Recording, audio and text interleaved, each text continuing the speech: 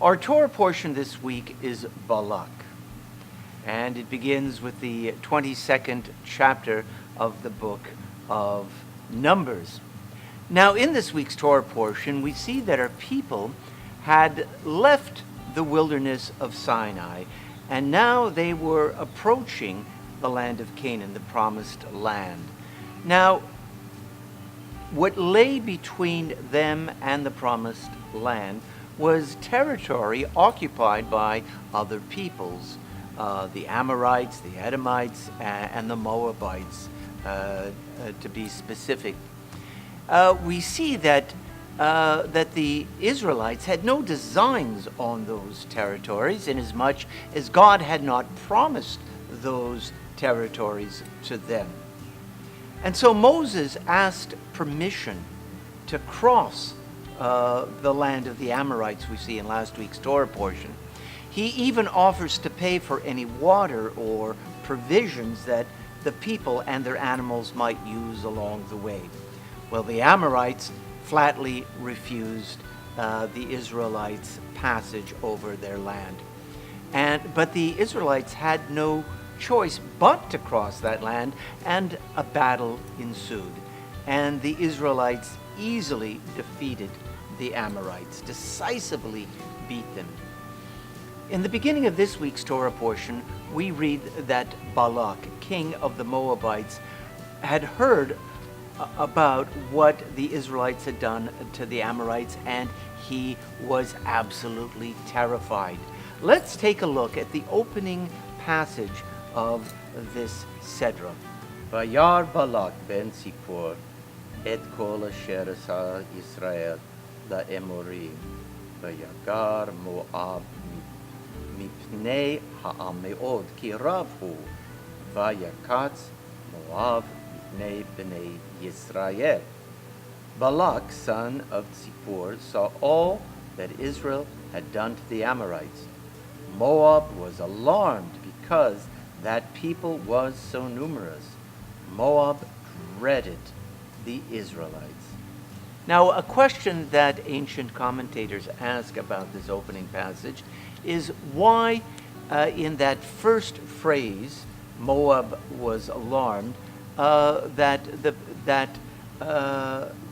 there's a reference to that people that was so numerous. And in the second phrase, it says Moab dreaded the Israelites. The question that the Midrash and the Zohar raise is, why not just refer to the people as the Israelites in both cases? Why say that people and then say the Israelites? Well, Levi Yitzchak of Bedurchev, the great Hasidic master who lived in the western Ukraine during the last part of the 18th century, draws our attention to that first word in verse 3, Vayagar. Now, that means alarmed. Moab was alarmed. And he points out that the word Vayagar shares a root with the word ger, which means convert. And so he infers that the first phrase, that people, meant the converts who left Egypt along with the native-born Israelites. And we do know that there was a mixed multitude that left Egypt with the Israelites. And so he says that Moab, Balak, being the king of Moab, specifically, was terrified not so much of the native-born Israelites, but of the converts. And he says, quote, a person who is returning to God, namely a convert, has an easier time uplifting fallen sparks than one who is righteous from birth, that is, one born Jewish. That wicked man Balak feared Israel, since wherever they walked, they raised up the spark. Wherever they went, there were converts, and this raised up the holy sparks this brought God into the world. This wicked one despised such holiness. Becoming a Jew, he thought, was the end of a person. Now, isn't that interesting? He was saying, or what he was implying here, is Moab was not frightened of being gobbled up by the Israelites in terms of having their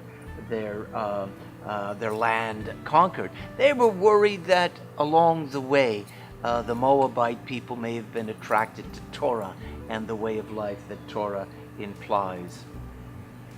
Arthur Green, who is the rector of the rabbinical program in the Boston Hebrew College, says here that Levi Yitzchak was referring very subtly, referring to a phenomenon that was happening in the Ukraine in the last decade, during the last decade of the 18th century.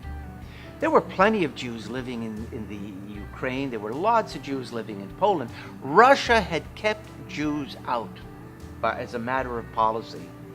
But in the year 1792, Poland was conquered by a number of other nations and was split up. And the Ukraine and Belarus and a number of other places came under the sovereignty of Russia. So Russia had all of these Jews that they really didn't want. And according to Rabbi Green, there was a lot of interest among Russian Orthodox Christians in Judaism. Some were even considering converting to Judaism, which is something that I had known about, something that I'm going to study up on. But Levi Yitzchak may have been implying that there was a panic among the Russian authorities, both secular and religious, that many Russian people may have come to Torah, may have come to Judaism. I believe if you ask most rabbis to make a list of their favorite 10 congregants, they will tell you in that list, they will include in that list converts, the names of converts. Converts, Gerim, to Judaism are indeed a blessing. So often someone who is born Jewish takes it for granted, and they see their religious heritage as tradition. Not that tradition is not something to be valued, but they see it as tradition. Someone who converts to Judaism, discovering the beauty and the wisdom of our tradition, sometimes is in a much better state, a spiritual and state, to lift up those holy sparks that God has embedded in this world. And so we must always embrace converts. We must love them and see them as a great blessing. Well, I hope that you will read this week's Torah portion and come to your own conclusion. Shabbat Shalom.